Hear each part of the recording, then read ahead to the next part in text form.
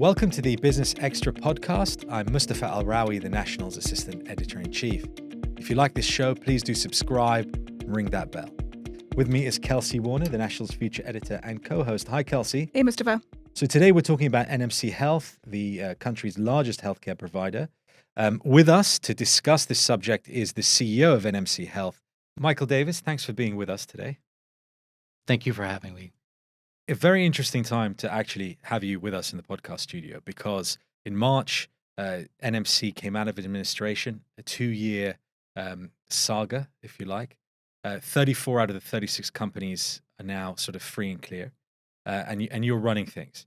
It's still the biggest healthcare group in the UAE, which I find remarkable given the last 2 years, that despite all the challenges that have been going, outside of the hospitals in terms of legally and financially and everything that's been going on since 2019, 2020, that it's still the leading player.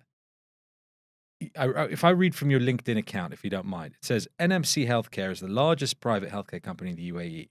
Over the last 46 years, NMC has earned the trust of millions, thanks to its personalized care, genuine concern, and a sincere commitment to the overall well-being of the communities it serves.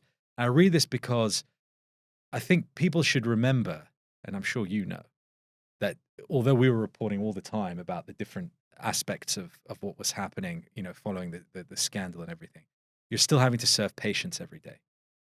And how does that happen when it is life or death sometimes? Yet in the back of your mind, you're having to deal with all the things that are going on when it comes to restructuring and administration and all the noise. So it'd be interesting to hear about that from your point of view of you're still running a hospital group. Your job isn't necessarily to come here and talk to Kelsey and I. It's fun to do that, but you're right. It's our job is to take care of patients. And as you said, we're the largest private provider of healthcare in the UAE.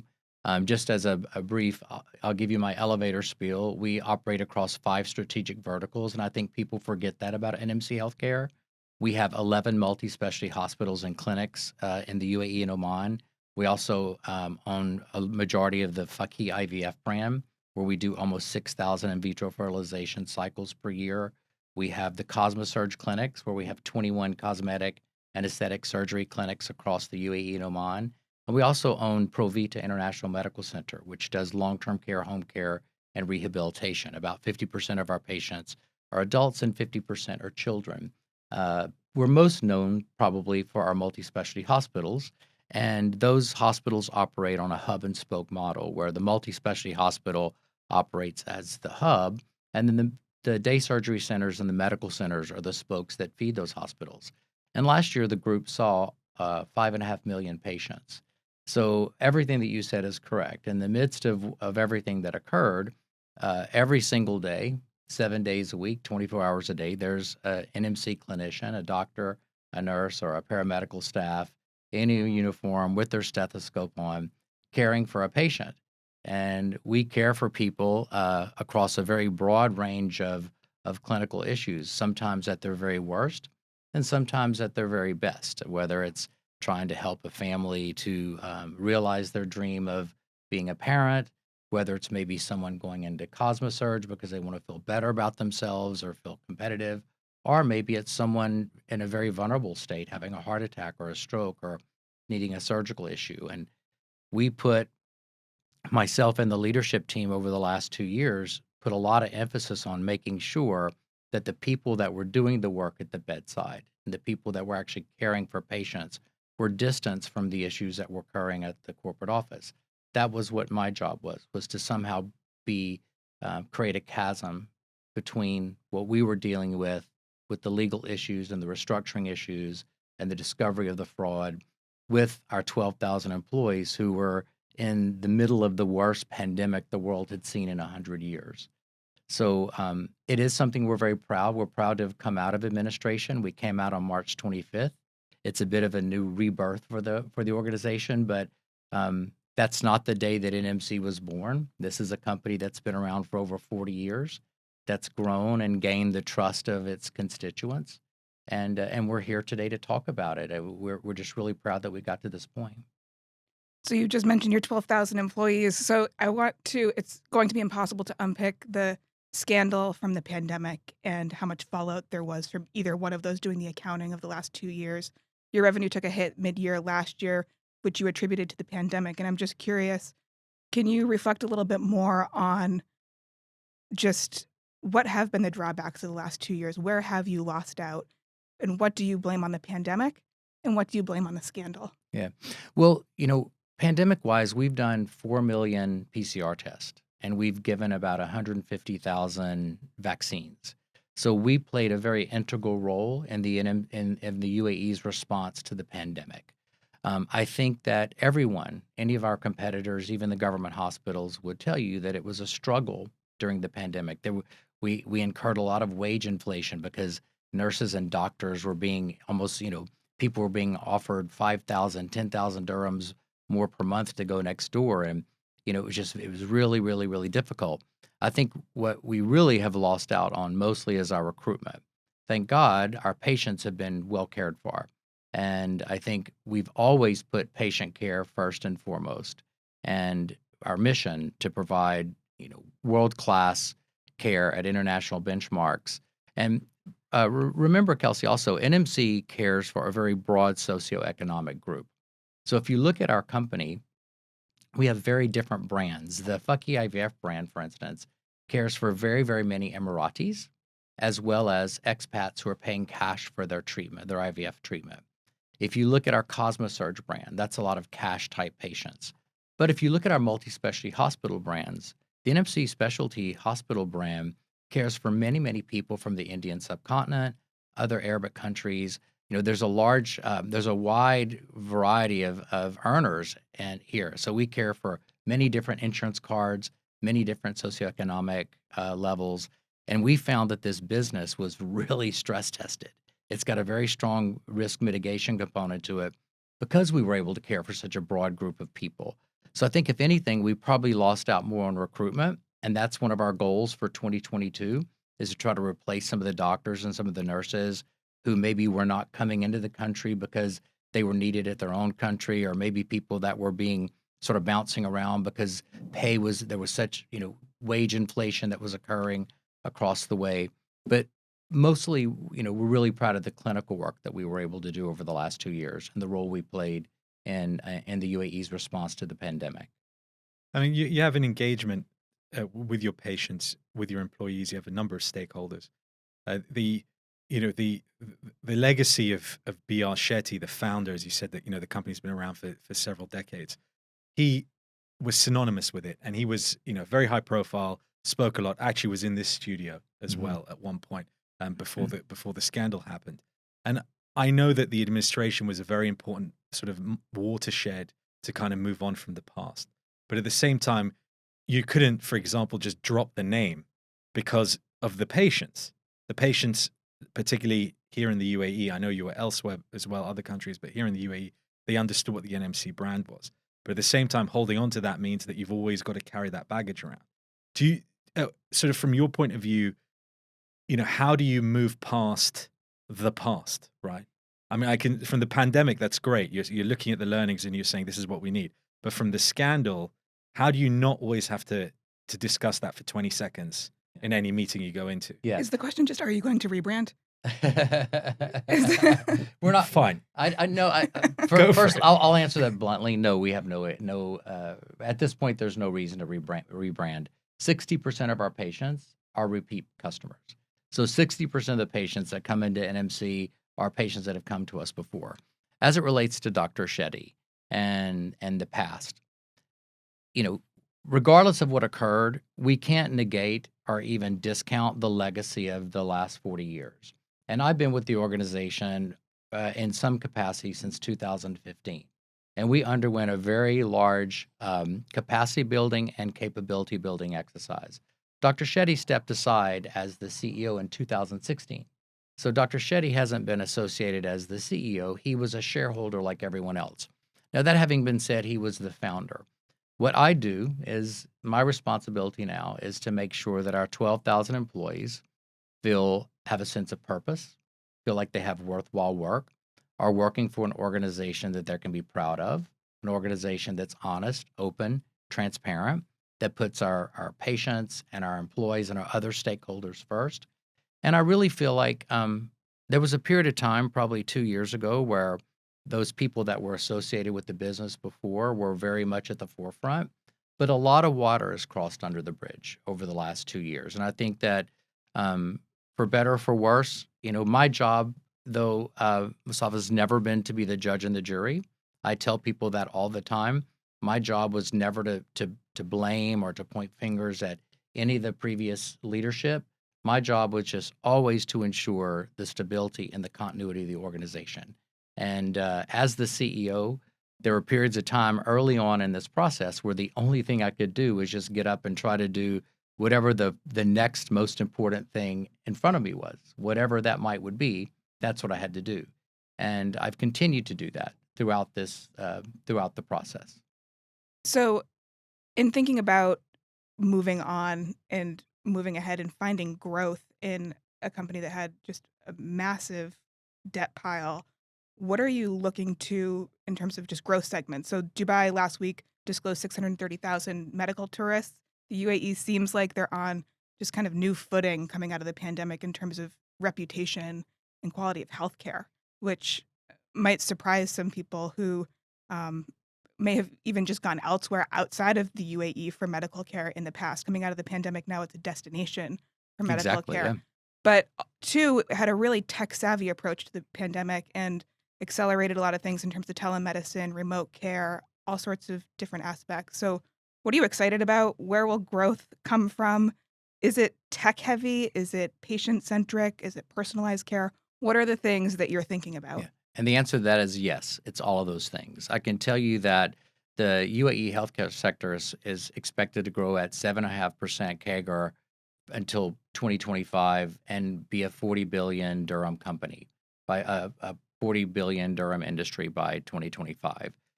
We've done a lot of those things that you talked about. I mean, for us, one of our big focuses and big shifts is to bring in more subspecialty doctors, particularly there are patients that went abroad previously. We've got collaboration agreements with Boston Children's Hospital in the US, where we're actually bringing subspecialty pediatricians here and bringing that level of expertise here. Also, we're really excited about our home dialysis service.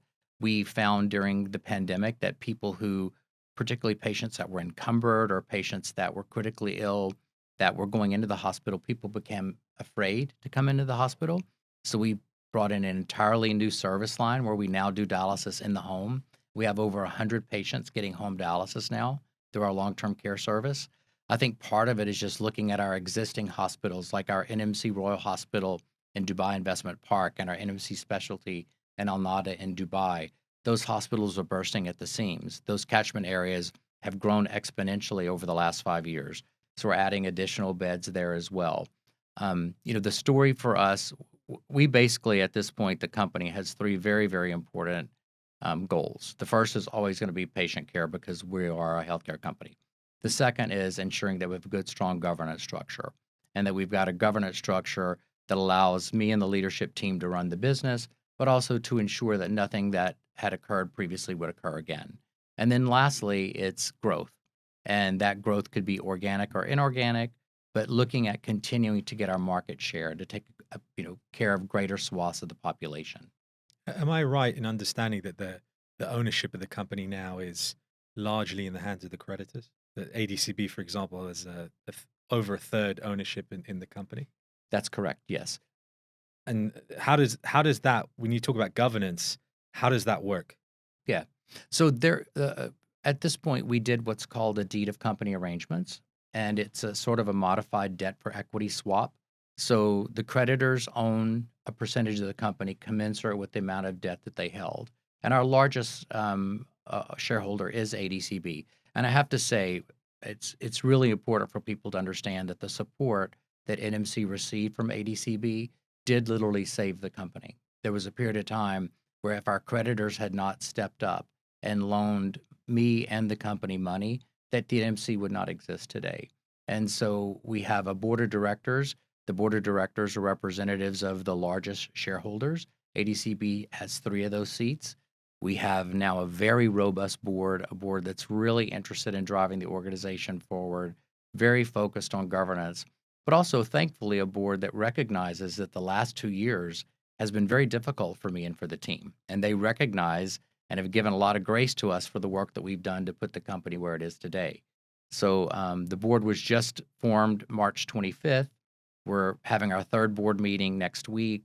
We're working very closely with the board, but yes, ADCB is our majority shareholder, and they've been extremely supportive and integral really to our success at this point. I mean, your interests are aligned. You want to grow the company, you want to be more profitable. They Absolutely. want the same thing for whatever it might mean, exit down the line. Correct. So it's quite novel in some ways to have a board like this, which is a board of technocrats and kind of experts in business essentially. It's interesting because we do have a healthcare expert on the board as well. I've been in the business for over 30 years, but we do have a board that is heavily leaning toward financial restructuring and legal. But that having been said, they're all very quick learners and they're very interested in understanding the intricacies of a healthcare company. And frankly, they've been really good about leaving the running of the company to the experts. But it's been really challenging for me because I've enjoyed the questions that I've been asked, and I've enjoyed the different perspective about the business. And you think about the saying of you can't see the forest for the trees, but I've literally lived and breathed this company since February of 2020. And to now take a step back and have other people view it through a different lens, maybe there are areas that I had not seen. I admittedly, and I've said this to the chairman, I'm not someone who really likes my homework checked. So it's been a little bit of a struggle, in some areas. But at the same time, when you sort of release some of that and say, listen, let's just take a step back and see, let's focus on what's important for the organization and go from that perspective. Right. NMC's new chairman is Kevin Taylor, who's ADCB's treasurer. And Correct. so I'm curious from you a little more insight into what have you learned from this new board of directors and what are they learning from you? What are the things that you're teaching them about the biggest misconceptions about running a healthcare company this century? Yeah. Well, I think when you think about, we can't reduce NMC to a 45-minute podcast, right? It's a very complicated business. And all across the UAE, as I said earlier, today we'll see thousands of patients and across 5 strategic verticals: operations and management, cosmetics and aesthetics, in vitro fertilization, long-term care, multi-specialty hospitals and clinics. A broad swath. It's not a tabletop exercise. It's a living, breathing business with a lot of pressure points. I always say, I make the analogy sort of flippantly, we don't sell frozen yogurt. No shade to Pinkberry because we all love Pinkberry, but we're dealing with people's lives. And I think what has been interesting for the board is many of the people that were creditors who have been so supportive know NMC from a spreadsheet. And they understood that we played a great role in the pandemic, and they understood that we saw a broad swath of patients, but now they actually see what we're doing. They've gone out to the facilities. They've met some of the clinicians. They've met the employees, and it's a new world for them. They've met patients in Provita, our long-term care business. So for them to come in and see actually what we're doing, it's been very eye-opening for them. And for me to go back and look at it from the lens of someone who's made an investment, almost lost that investment, but is now put kind of double down and said, we believe in you, we believe in the company, and we're going to give you what it takes to make the company successful. That's been very interesting for me. It's been really nice for me to see and to interact with the people that essentially saved the business. There's no other way to say it. And we talked a little bit about the future and growth, but now it seems most sectors are looking at how they can utilize AI, other advanced technologies, and is the kind of almost unique structure that you have as a healthcare player compared to your competitors. Does that make it more challenging to begin these new areas and to kind of take more risks when it comes to capex and other decisions? Yeah, I think one would think that, but we're putting a lot of effort and a lot of energy right now on what is the next stage of growth for us, and whether it is looking at big data and looking at all the data points that we currently collect, looking at areas where we can better serve our patients. Our new creditors and our new board are really interested in that, and there's not been any indication, even during the last 2 years of the pandemic and through administration, we were able to. I mean, we have a brand new MRI machine at our NMC Royal Hospital in Sharjah. It's the only MRI of its type in the Northern Emirates. but we've invested in the business because it's important. It's important for our patients and it's important for our employees to see that the business is thriving. But financially, coming out of the last 2 years, we are an honest, open, transparent organization, so financially stable. We've been stress tested, to the max, and I think that there's probably no safer investment than NMC at this point, because really we've been able to rip the Band-Aid off and sort of begin to build a company that we all wanted to work for in the first place. Do you think you'll move towards another listing at some point? I think it's too early to say that. I think it's not a secret. It's not proprietary information that the financial institutions would not want to hang on to this for 10 years. But I think what comforts me is that the financial institutions are willing to hang on to this business as long as it takes to realize its value. And if that's 3 to 5 years, so be it. But having delisted from the London Stock Exchange in April, and that was a very difficult and painful journey. That's not, right now, my focus is on continued growth, emerging from the pandemic, retaining our staff, hiring new doctors, and, whatever the future holds, we'll sort of uncover and discover that together. But it's not something that's on the forefront of our mind now. Michael Davis, thanks so much for being with us. I appreciate it. Thank you both. Kelsey Warner, thank you so much. Thank you. Well, that's it for today. Thank you for joining us. All that remains to thank our production team, and we'll see you next time.